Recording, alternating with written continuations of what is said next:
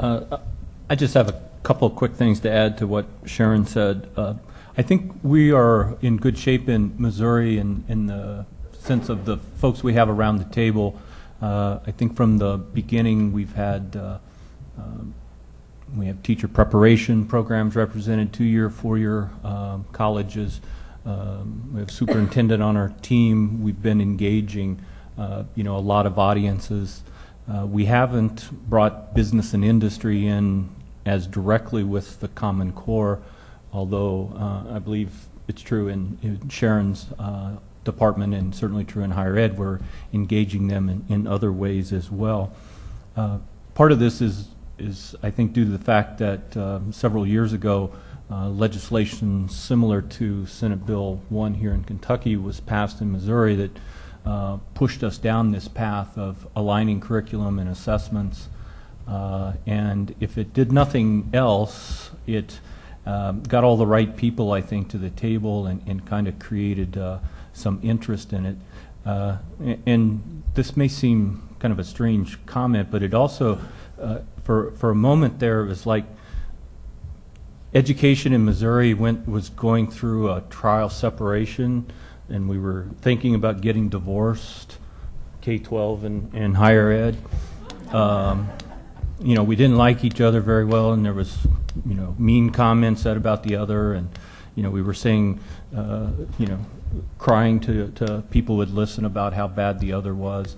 But I think what happened, we kind of worked through those issues and made a commitment, our two departments, to working on this together and to not just helping one another, but in the true sense of collaboration. And I think that's is a real strength of where we are in Missouri and why I think we'll be successful in implementing this.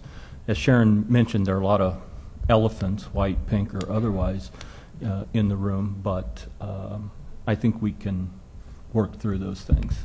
The divorce was before we came on. Yeah. Oh. Well, Maine is such a small state that we get one panelist instead of two. However, that is one of the advantages that I think made us an attractive state. We're fortunate to have Askew and Lumina Foundation to support our work.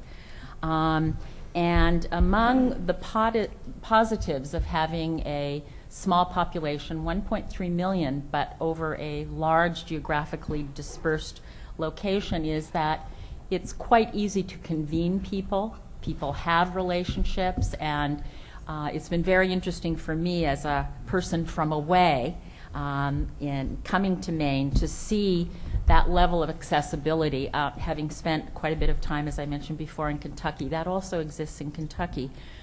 We not only have Kentucky envy, however, but we experience Massachusetts envy because we're in New England. But it is wonderful in the spirit of partnership to have access to leaders in that state, several of whom have significant experience from Maine. And so I think, as my boss, the Chancellor Patenaude, mentioned earlier, we have this education coordinating committee.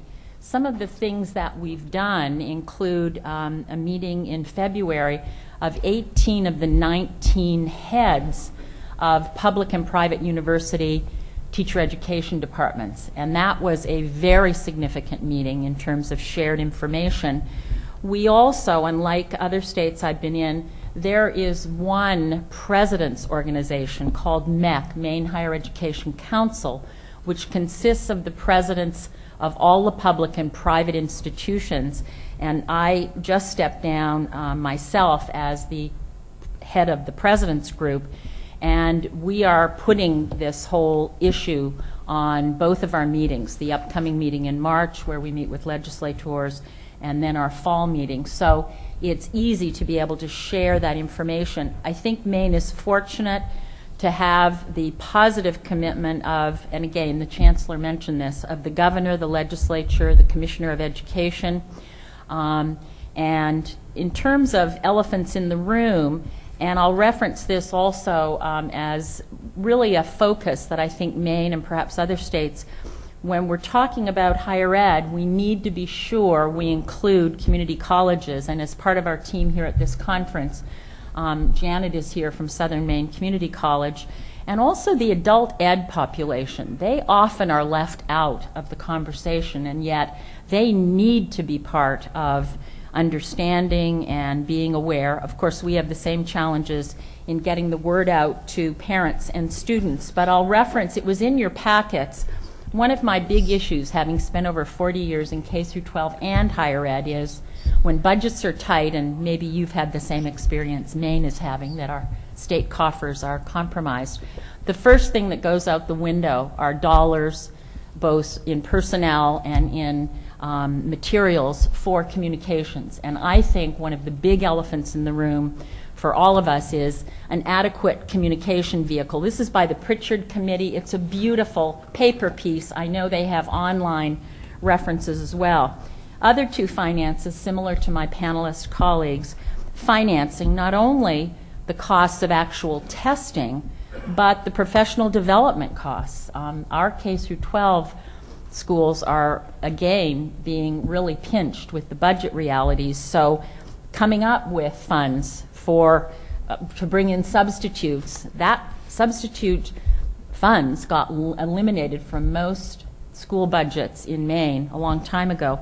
And then the final, which I think is why it's so important to have this kind of a panel, and we appreciate Julie bringing us together, is there needs to be a safe environment for the candid conversations about how well we are doing and not so well. And that's a variation of what we've talked about at several sessions here, avoiding the finger pointing, pardon me.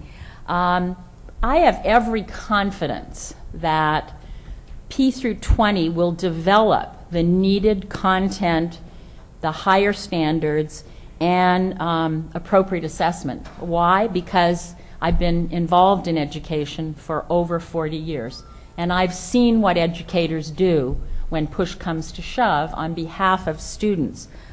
Having said that, and I know we'll get to our last question and I'll save that about specific recommendations, I think where we uniformly fall short often in P through 20 venues is on the process strategy side. And that still, I think, leaves a lot to be desired, and hopefully is one of the very positive aspects of the consortia that will be helping us.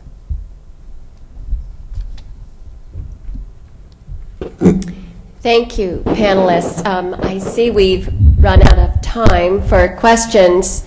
And I did have a third question, but I think the way to do it, the question was, what are specific recommendations you have for the assessment consortia? And I think for our panelists who may have worked on those, as well as you in the room, we're doing a follow-up session right now with Jackie King and Allison Jones.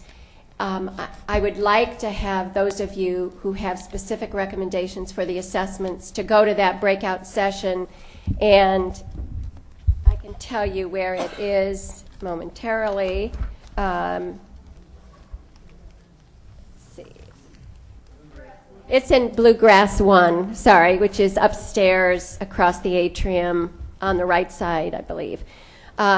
So for those of you who did write down something on those pads of paper, could you please make sure you bring them up to me, and I will make sure that we catalog what you've said and pass it on to the assessment consortia folks, as well as keep it in our records for the College Readiness Partnership so we can respond to that issue.